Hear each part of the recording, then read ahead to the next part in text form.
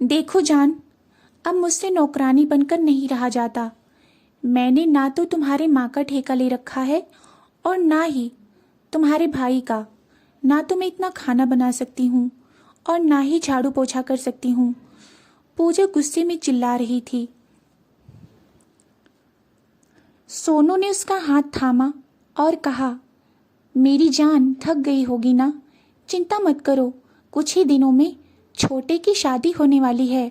उसकी पत्नी आएगी तो तुम्हारा काम में हाथ बटाएगी। वैसे हमारी नौकरानी कहाँ गई? पूजा मुंह बनाते हुए बोली, उसे काम ज़्यादा हो गया था तो हमारे घर का काम छोड़ दिया है। यह नौकरानियों के बड़े नखरे होते हैं। जान, तुम गुस्सा न करो और यहाँ बैठ जाओ, मैं माँ से बात करता हूँ। अभी बात करो?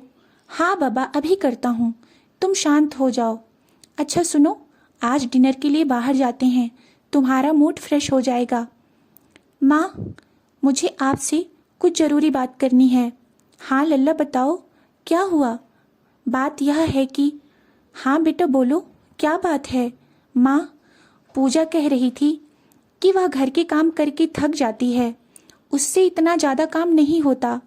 खाना बनाना, झाड़ू पोछा, बर्तन कपड़े, यह सब नहीं होता। नहीं बेटा, बर्तन और कपड़े तो मैं कर लेती हूँ, किसी तरह झाड़ू पोछा मुझसे नहीं होता। मेरे कमर में दर्द होता है, इसलिए झाड़ू पोछा और खाना बहू कर लेती है। जब से नौकरानी चली गई है तब से बहू का काम में हाथ बटाती हूँ। मैं झाड़ू पोछा और खाना बनाना इतना कोई बड़ी बात तो नहीं है ना बेटा, इतना तो करना ही चाहिए। अब क्या कहा जाए, अगर उसे काम करना पसंद नहीं है तो ठीक है, रहने देते हैं। लेकिन तुम यह बताओ, गुजारा कैसे होगा? कल तुम्हारे भी बच्चे होंगे, जिम्मेदारी और बढ़ जाएगी। यह थकान भरी जिंदगी का सफर और बाकी है बेटा। बेटा, रिश्तों से इंसान कभी नहीं थकता, यह तो हमारी सोच होती है जो हमें थका देती है। बेटी, मैंने कभी तुम्हारी पत्नी पर कोई हुक्म नहीं चलाया कि वह कोई काम करे, लेकिन एक वक्त था जब मैं ब्याह करके आई थी तो मिट्टी का मकान और 10 भैंसें थी। सिर्फ 20 साल की थी मैं भी अपने माता पिता की बड़ी लाडली थी, लेकिन ससुराल आकर तेरे पिता के साथ कदम से कदम मिलाकर चल रही हूँ। सासू माँ के ताने भी सुने, लेकिन कभी उफ तक ना की, क्योंकि तुम्हारी दादी जो भी कहती मेरी भलाई के लिए थे। उनके बातों के कारण ही तो मैं इस घर को इतने सालों से संजोए रहती हूँ। उस समय अगर मैं भी कहती कि हाय मैं तो बहुत थक गई हूँ, तो पता नहीं क्या से क्या हो जाता। तुम्हारी पत्नी की मर्जी है, मैं कोई ज़बरदस्ती नहीं करूँगी, लेकिन याद रखना जिंदगी में बहुत सी मुश्किलें आएंगी। अब का सामना करने के लिए तैयार रहना बहुत ज़रूरी है। बस इतने में थक गए तो मुश्किलों का सामना कैसे करेंगे? तेरे भाई को काम से आ जाने दे, मैं उससे बात करती हूँ। एक बार छोटे की शादी हो जाने दे, घर का बंटवारा किए देती हूँ, तुम अपनी पत्नी को लेकर अलग हो जाओ। उतने में पूजा आ गई। चलो ना, बहुत टाइम हो गया है। माँ ने प्यार से पूछा, बेटा कहाँ जा रहे हो? सोनू ने कहा, माँ मैंने पूजा से वादा किया था कि आज मैं उसे डिनर के लिए बाहर ले जाऊंगा। अच्छा पूजा बेटा, पहले बता देती तो मैं रात के खाने की तैयारी कर लेती। मुझे लगा कि तुमने अब तक तैयारी कर ली होगी। खैर कोई बात नहीं, तुम लोग जाओ, मैं खाना बना लूँगी। दोनों एक रेस्टोरेंट पर गए, खाना ऑर्डर किया और पूजा खाना खाते हुए पूछने लगी, माँ से बात की ना? क्या कहा माँ ने? सोनू मुस्कुरा कर बोला, हाँ मेरी जान, बात कर ली है। माँ ने कहा कि तुम अपनी पत्नी को लेकर अलग हो जाओ। ठीक ही तो कहा माँ ने, कब अलग हो रहे हैं? बस थोड़ा सब्र कर लो, छोटे की शादी होते ही अलग हो जाएंगे। पूरा 1 महीना मुझे ऐसे काम करना पड़ेगा? बस 1 महीने की तो बात है, प्लीज मेरे लिए।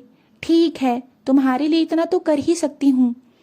हम जहाँ रहते हैं ना, वही कमरा हम ले लेंगे, क्योंकि वह थोड़ा बड़ा भी है। ओके बाबा, जैसी तुम्हारी मर्जी। दोनों ने खाना खाया और घर चले गए। दूसरे दिन माँ ने छोटू के सामने बंटवारे की बात की। सोनू और पूजा को भी बाहर बुलाया। सोनू के छोटे भाई ने कहा, माँ भाभी कोई काम ना करें तो चलेगा, लेकिन घर का बंटवारा तो ना करो। अभी तो मेरी शादी को 1 महीना बाकी है, शादी होते ही अलग हो जाऊंगा तो लोग क्या कहेंगे। सोनू की माँ ने पूजा को समझाते हुए कहा, बेटा छोटे की बात में दम तो है। फिर माँ ने पूजा के सिर पर प्यार से हाथ फेरते हुए कहा, बेटा घर के कामकाज ही क्या हैं, खाना बनाना, बर्तन धोना, जिसमें से बर्तन कपड़े तो मैं कर लेती हूँ, बस खाना बनाना और झाड़ू पोछा तुम्हारे जिम्मे है, क्योंकि मुझसे झाड़ू पोछा नहीं होता कमर दर्द के कारण, वरना वह भी कर लेती। एक बात याद रखना बेटा, औरत घर को स्वर्ग बनाती है और स्वर्ग तभी बनता है जब रिश्ते में प्रेम हो। अगर रिश्तों में प्रेम ना हो, आदर सम्मान ना हो, तो वह घर घर नहीं रहता, खंडहर बन जाता है।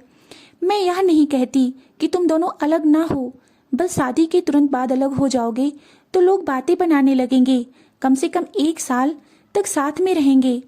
माँ की बात सुनकर पूजा के चेहरे का रंग उड़ गया और बोली, लेकिन माँ मैं अलग रहना चाहती हूँ। सास ने ठंडी आह भरी और कहा, ठीक है बेटा, जैसी तुम्हारी मर्जी।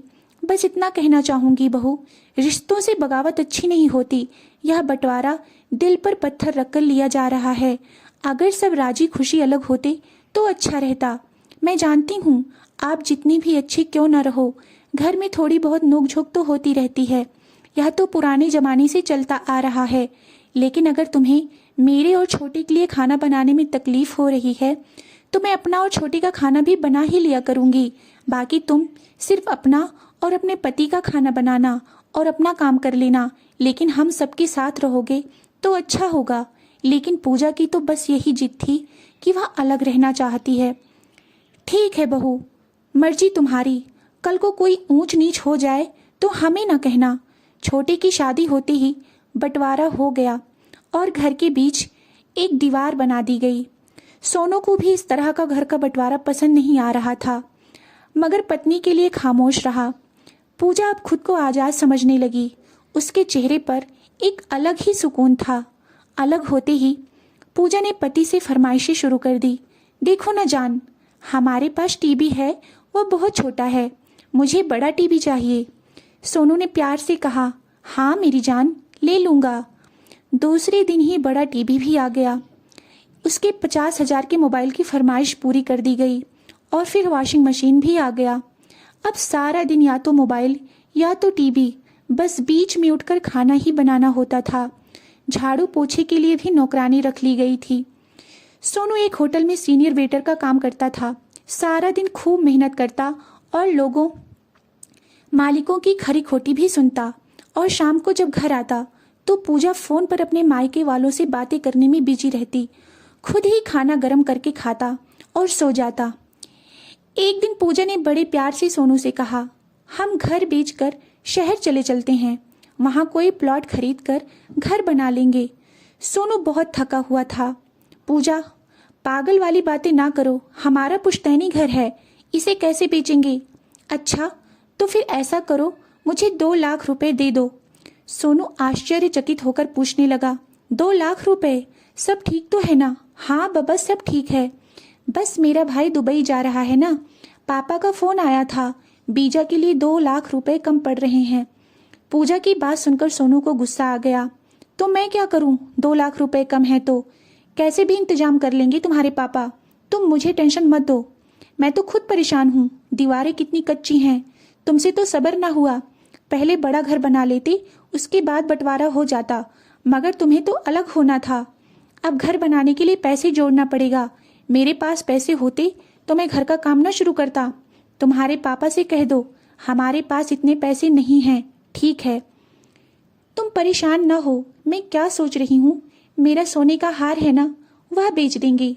मेरी पापा से बात हुई है, पापा ने कह दिया है जब उनके पास पैसे आएंगे ना तो मुझे नया हार बनाकर दे देंगे। सोनू गुस्से से पूजा की तरफ देखने लगा। तुम पागल हो गई हो, वह हार मुझे दे दो, मैं घर का काम शुरू कर दूंगा। पूजा मुंह बनाकर बोली, तुम्हें तो बस अपने बारे में ही सोचना है, मेरे भाई के सपनों का क्या। वह थोड़ा सा कमा लेगा तो तुम पर कौन सा पहाड़ टूट पड़ेगा। अगर यही तुम्हारा भाई पैसे मांगता तो तुम तो घर बेचकर पैसे दे देते।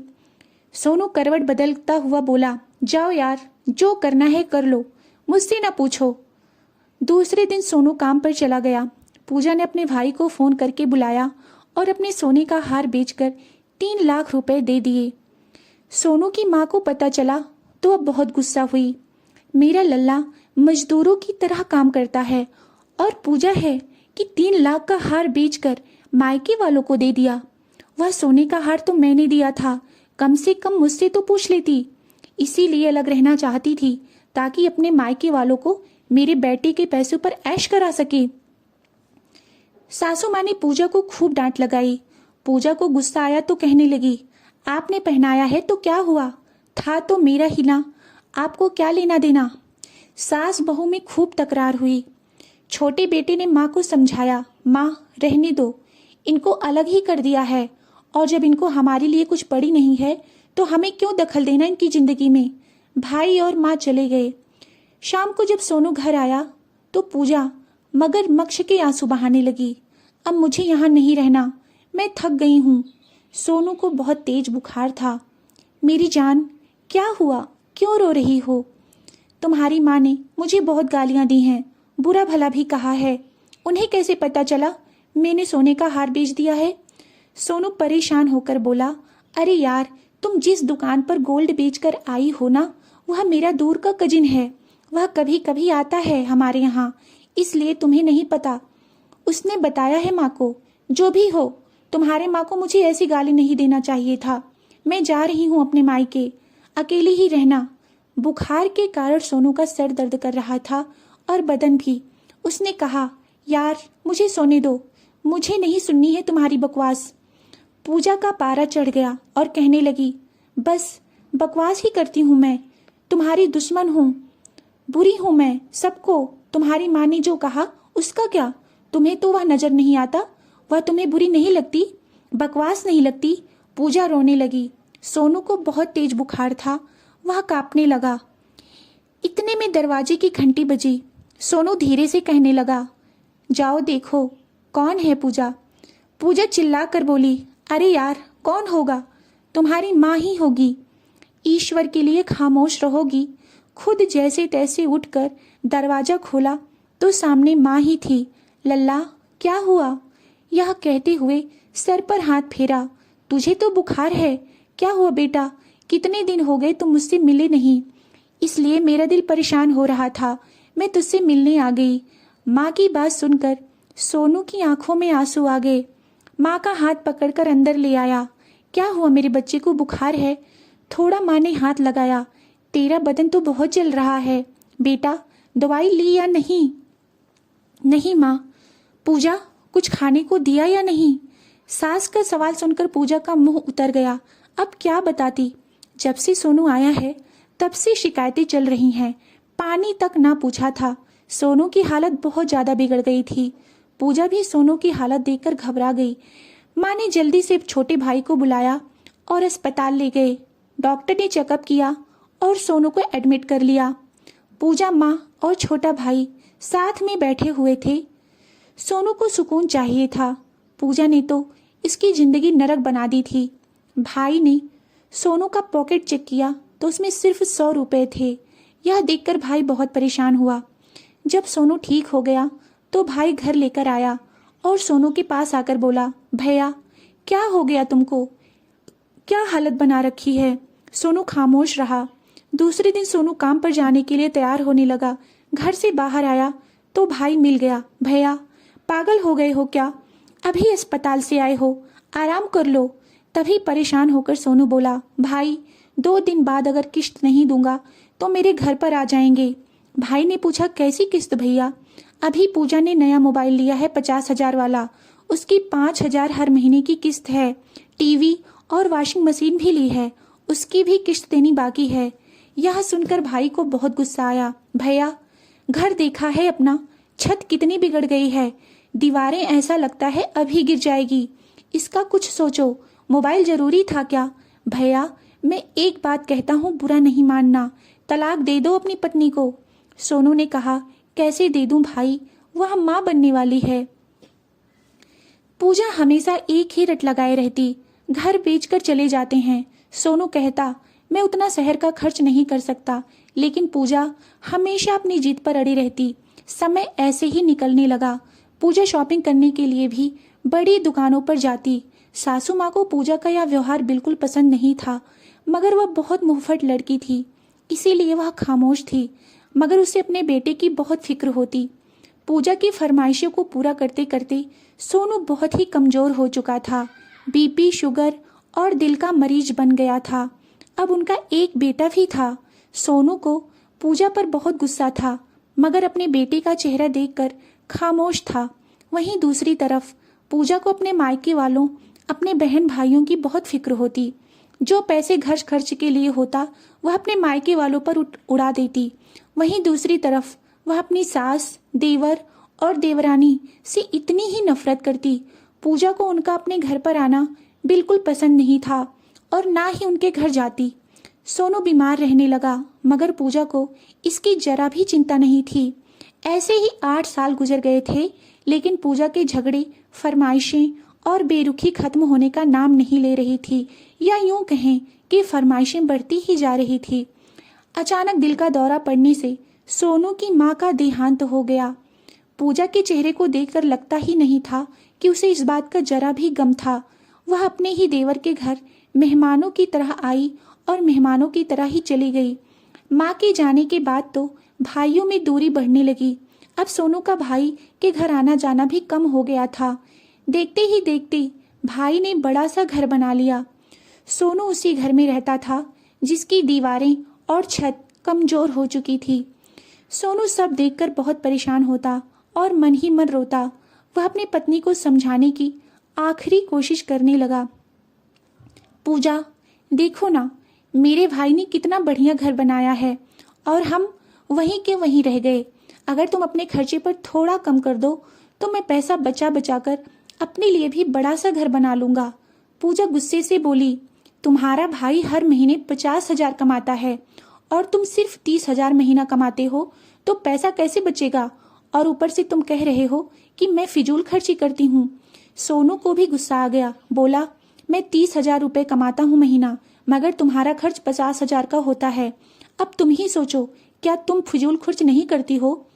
सोनू की बात सुनकर पूजा का पारा चढ़ गया। कहने लगी, मैं तुमसे हमेशा से यही कहती थी कि यह घर बेचकर चले जाते हैं, मगर तुमने मेरी एक ना सुनी।